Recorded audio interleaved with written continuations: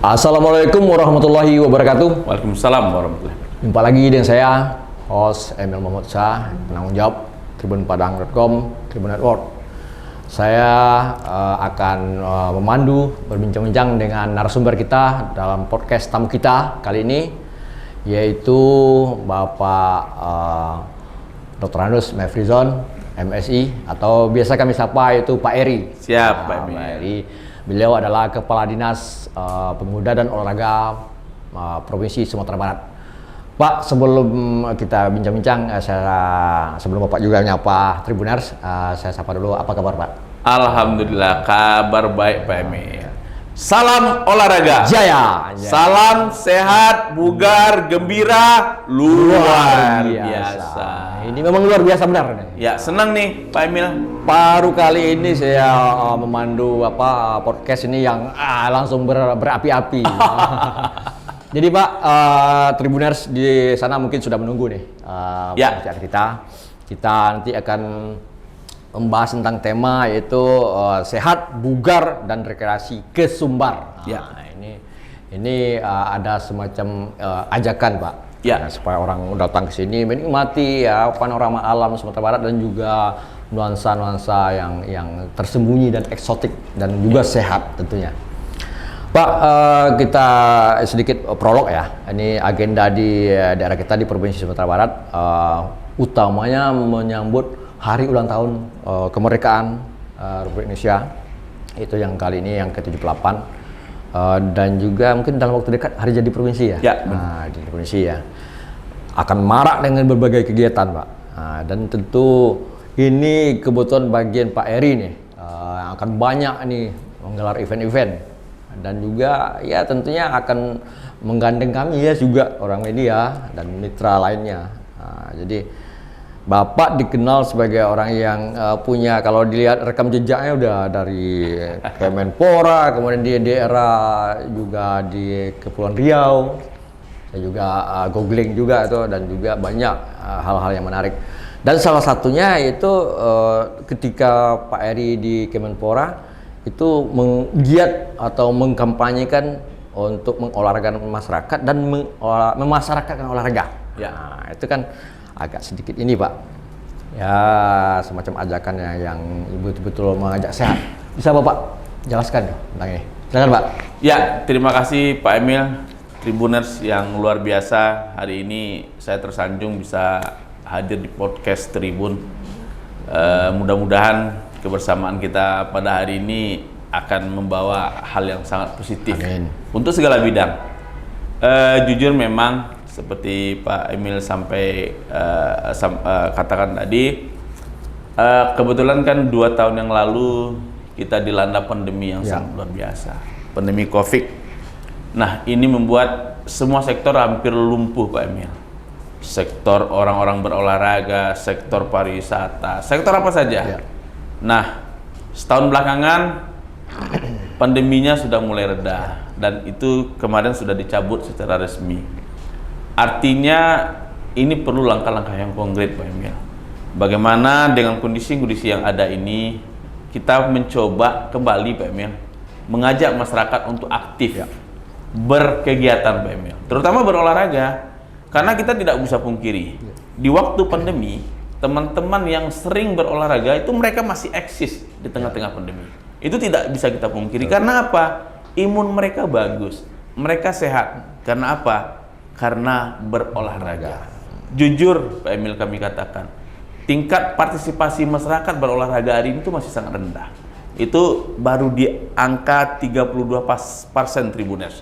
Nah, artinya ini adalah menjadi PR kita bersama. Tidak bisa hanya jadi PR pemerintah, swasta, tetapi adalah bagaimana kita harus bersinergi bersama-sama sehingga kita betul-betul mampu mengajak masyarakat untuk berolahraga dan nanti akan berimbas kepada tingginya partisipasi masyarakat berolahraga. Baik Pak Eri. Ini kan udah ini apa, kalau dalam penulisan ilmiahnya Pak Eri sudah bikin latar belakangnya ya. Ya, benar. Latar belakang tolaknya itu. Kemudian Pak, tadi Bapak mengajak. Kalau mengajak tentu ada tipsnya dong. Coba Bapak berbagilah, sharing lah tips tentang hidup sehat, bugar, dan aktif berolahraga tadi Pak. Sebetulnya banyak hal yang dilakukan, hal yang simpel ya Pak Emil ya. kan alhamdulillah nih masyarakat Sumatera Barat yang dikenal dengan Sarak Bersandi. Ada pesan di Sarak. Ada Bersandi Sarak, Sarak Bersandi Kitabullah. Nah, artinya apa? Ini kehidupan religi masyarakat sudah terjaga. Mereka sholat subuh berjamaah. Setelah itu, ini momen yang paling penting adalah di pagi hari, mungkin setelah sholat subuh kita berolahraga, kita jalan keliling komplek. Dan alhamdulillah Pak Emil, hampir 1 tahun lebih saya di sini, saya melihat gitu Pak Emil, bagaimana bapak-bapak atau ibu-ibu yang habis sholat subuh sekarang sudah mulai mengitari komplek gitu. Artinya mereka sudah mulai sadar, mulai paham bahwasanya berolahraga ini sangat penting. Nah, minimal itu kalau bisa kita luangkan waktu itu sebanyak 30 menit satu hari Pak Emil. Jalan-jalan ya. Ya. Makanya saya mengajak teman-teman, ya kita kan punya jam Android itu Pak Emil ya. Itu bisa kita pergunakan, itu besar manfaatnya. Karena itu akan meng-guide kita tentang berapa langkah yang baru kita lakukan satu hari. Ingat Pak Emil, di dunia rata-rata melangkah di negara-negara maju, rata-rata melangkah penduduk mereka itu sudah di angka 6.000 sampai 7.000. Luar biasa ya. Ya, satu hari. Sementara kita masih berkisar di angka 3.000 rata-rata. Ini kan PR kita nih. Betul. Nah, bagaimana? Karena memang hari ini olahraga belum menjadi gaya hidup gitu. Nah, saatnya nih kita bagaimana memang mengajak masyarakat bersama-sama untuk melaksanakan kegiatan-kegiatan yang pada prinsipnya itu kegiatan-kegiatan yang gerakannya teratur, yaitu dengan cara berolahraga. Baik Pak, jadi tadi kebetulan memang saya simpan nih satu diksi tentang rekreasi. Nah, tadi Bapak ngajak olahraga aktif dan sembari berekreasi. Nah, ini kan menambah daya tariknya nih. Ya. Nah, bisa Bapak tambahin rekreasi yang olahraga seperti apa Pak? Pengen tahu juga Tribuners. Ya. Nah, jadi kalau dulu di Kemenpora itu saya kan sebagai asisten deputi olahraga rekreasi. Olahraga rekreasi adalah olahraga yang dilakukan secara bersama-sama dengan unsur kegembiraan dalam rangka untuk menciptakan kebugaran. Nah, artinya kita nggak bisa pungkiri Pak Emil, hari ini potensi alamnya Minangkabau ini sangat luar biasa. Sambil berjalan menikmati keindahan alam, kita bisa berolahraga di sana Pak Emil. Gunung-gunung yang luar biasa, danau-danau yang luar biasa, gitu alamnya, aduh. Saya pikir kita nggak kalah dengan provinsi-provinsi lain Pak Emil. Nah, itu nanti akan melekat pada olahraga sport tourism. Sport tourism. Ya. Konsepnya itu Pak. Ini Pak, ini kaitan dengan sudah berbicara program nih. Ya. Nah, kebetulan kan di OPD Bapak ya, itu Bapak sudah mulai merancang program kerja nih. Ya, benar. Nah, yang agar lebih tepat guna, lebih tepat sasaran ya. Tentunya dengan targetnya berprestasi juga. Nah, bisa Bapak beberkan di sini. Nah, 6 bulan saya berada di Dispora, ada beberapa poin penting yang memang harus kita benahi. Terkait yang pertama adalah dengan masih rendahnya tingkat partisipasi masyarakat tadi. Yang kedua, masih belum optimalnya prestasi olahraga yang ada di Sumatera Barat. Ini menjadi PR kita. Untuk meningkatkan partisipasi masyarakat berolahraga, kita harus bersinergi bersama stakeholder kita yang ada. Kita punya induk organisasi olahraga masyarakat, ada Kormi di sana, ada Inorga juga di sana, yang siap setiap saat itu membantu dan mengajak masyarakat untuk berolahraga. Nah, sekarang bagaimana kemasannya? Kita buat tempat-tempat yang memang nanti masyarakat bisa hadir di sana. Contohnya kita punya setiap hari Minggu kegiatan Car Free Day. Silakan itu dimanfaatkan oleh masyarakat secara gratis gitu. Mereka bisa berjalan di sepanjang kantor gubernur itu. Mereka mau olahraga, mau futsal di sana juga boleh, nggak ada. Nah, terkait dengan olahraga prestasi, ada mitra kita dengan KONI. Kita harus bersinergi bersama-sama mereka. Kita harus melihat peluang-peluang apa sih sebetulnya, olahraga apa sebetulnya yang potensi di Sumatera Barat ini yang harus kita kembangkan. Dan kita tidak mohon maaf, kita tidak bisa secara menyeluruh. Jujur kita nggak bisa mengembangkan olahraga dari berapa puluh cabur olahraga itu. Nah, kita lihat nih, apa nih tradisi prestasi yang diraih oleh Sumatera Barat. Mulai dari PON pertama sampai PON-PON yang kemarin gitu. Nah, mungkin kita akan lebih fokus kepada pembinaan itu. Dengan produk dasarnya adalah PPLP, Pusat Pendidikan Olahraga Pelajar. Baik Pak, ini udah ngarah ke pemuda nih. tadi tentang olahraga ya, karena bagian domainnya termasuk pemuda ya Pak. Siap. Jadi seberapa besar peluang di daerah kita Sumatera Barat dikaitkan dengan potensi sumber daya manusia, tentu pemudanya ya Pak ya, dalam mengambil peran mensukseskan program-program kerja tadi yang dikatakan Pak. Itu juga yang menjadi PR kita Pak Emil. Jujur saya melihat juga hari ini kita belum optimal bagaimana membuat kegiatan-kegiatan yang betul berdampak kepada generasi muda kita. Garapan pemuda yang ada di Diaspora itu adalah pemuda yang berumur 16 sampai dengan 30 tahun. Artinya apa ini Pak Emil? Artinya memang pemerintah harus menyediakan sarana-prasarana sehingga pemuda-pemudi yang ada itu bisa berada di suatu lokasi di mana bisa mereka berkreasi, berinovasi begitu. Jadi kalau memang pemuda tidak bisa memanfaatkan peluang ini ya sangat ini. Iya, sangat rentan kan peluang sumber daya alam kita nih. Makanya kalau saya melihat pemuda-pemuda kita hari ini, kalau ada yang nganggur itu mereka yang salah. Maaf, itu yang saya katakan. Mereka yang salah. Tapi yang penting mereka bekerja. Kan ada pertanian, ada nelayan, ya, ada UMKM, sektor banyak Pak ya. Banyak sektor yang harus mereka garap gitu. Baik. Nah, makanya saya dulu waktu kuliah perasaan udah cari uang Pak Emil, SMA udah cari uang gitu. Tinggal sekarang bagaimana nih kemauan-kemauan pemuda-pemudi yang ada diselaraskan dengan potensi-potensi diri mereka gitu. Di semangat apa spirit egaliter juga harus ditumbuh kembangkan juga benar. Baik Pak, ini tempat rasa udah hampir ya udah separuh jalan nih, kita coba ini lupa agak serak Bapak baru udah batuk-batuk. Luar biasa. Ini teh. Teh manis ya? Teh manis. Dan hangat Pak. Khas tamu kita. Oke, luar biasa. Tribunes. Untuk menghindari batuk Pak Eri tadi ya udah saking semangat berapi-api. Iya benar. Dalam obrolan. Baik Pak, kita lanjut. Nah ini udah bicara momentum nih. Udah dekat kemerdekaan dan juga hari jadi provinsi. Nah tentu udah banyak persiapan nih Pak. Apa saja nih yang mau digelar oleh Pemprov Sumbar? Silakan Pak. Terima kasih Pak Emil, Tribunes. Dalam rangka memperingati HUT RI yang ke-78 tahun 2023, pemerintah Provinsi Sumatera Barat merancang beberapa kegiatan sesuai dengan arahan Bapak Gubernur dan Bapak Wakil Gubernur. Tampilan HUT RI 78 kali ini harus berbeda dengan tampilan HUT RI 77 kemarin. Ada 24 kegiatan yang kami kemas. Luar biasa, luar biasa. Itu secara maraton sudah kita laksanakan. Kemarin Pak Emil juga hadir. Kita mulai dengan pembukaan kejuaraan sepak bola antar instansi, lembaga pemerintah, swasta dan universitas. Alhamdulillah ada 17 tim yang berlaga di sana. Sebetulnya banyak yang komplain ke kita loh Pak Emil. Pengen ikut ya? Kenapa tidak diundang? Memang iya, kenapa tidak undang? Tapi karena keterbatasan waktu yang ada.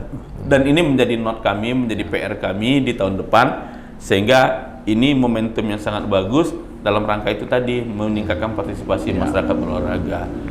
Dan besoknya kita ada ke lomba tarik tambang dan juga ada lomba lari karung. Pesta rakyat lah ya. Nah, itu luar biasa, Bapak Gubernur aja ikut lomba lari karung. Dan tadi baru selesai juga dibuka lomba paduan suara antar instansi, Forkominda, lembaga-lembaga lainnya juga. Dan alhamdulillah ada 40 paduan suara yang ikut luar biasa. Antusias juga mereka ya. Antusias. Jadi hari pertama ini kita tampilkan 20 tim, besok kita tampilkan 20 tim. Semangat luar biasa. Tadi dibuka oleh Pak Kajati. Langsung Pak Kajati. Arti baik Pak, kemudian tentu dengan menggelar event yang seperti itu dengan planning yang sudah matang ya, tentu Pak Eri dengan timnya butuh partisipasi gitu ya masyarakat. Nah, bagaimana Pak Eri dengan tim itu menggandeng atau mewujudkan program itu dengan melibatkan partisipasi Pak? Yang jelas langkah awal sesuai arahan Bapak Gubernur dan Bapak Wakil Gubernur juga kami melakukan koordinasi dengan OPD terkait. Rapat-rapat kami laksanakan.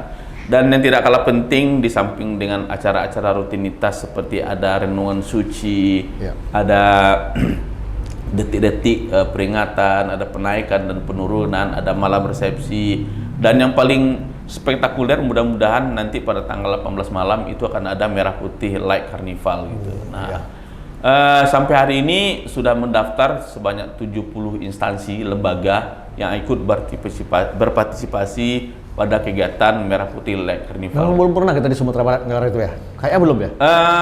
Mungkin tahun-tahun sebelumnya mungkin pernah. Nah, mungkin ini mau coba kita hidupkan kembali. Nah, nanti acaranya malam, peserta akan bergerak sejauh kurang lebih 2,8 km.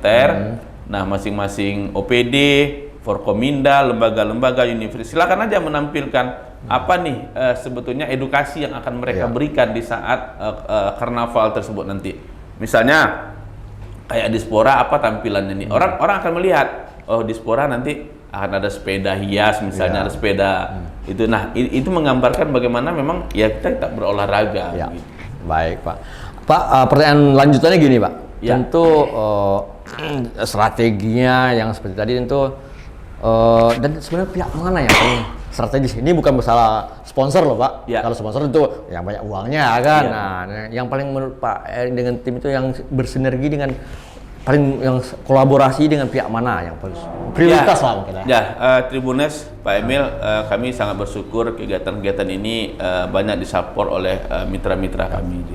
Artinya seperti kejuaraan sepak bola kita disupport oleh Bank Nagari, terus Pangeran Beat, Santika, Aqua, dan juga ada dari Semen Padang. Artinya kami tidak melihat besaran dari kontribusi apa yang mereka berikan, tapi artinya partisipasi sekecil apapun itu akan sangat bermanfaat untuk kita. Teman-teman media juga luar biasa. Tanpa teman-teman media publikasikan, tanpa Pak Emil publikasikan, bagaimana masyarakat bisa tahu tentang kegiatan-kegiatan yang ada di pemerintah Provinsi Sumatera Barat. Jadi sekali lagi terima kasih teman-teman media. Terima kasih teman-teman media, baik cetak ataupun elektronik, itu sudah mempublikasikan kegiatan-kegiatan yang sudah dan akan kita lakukan. Dan pertanyaan lanjutannya langsung Pak Eri. Nah, ini juga poin pertanyaan.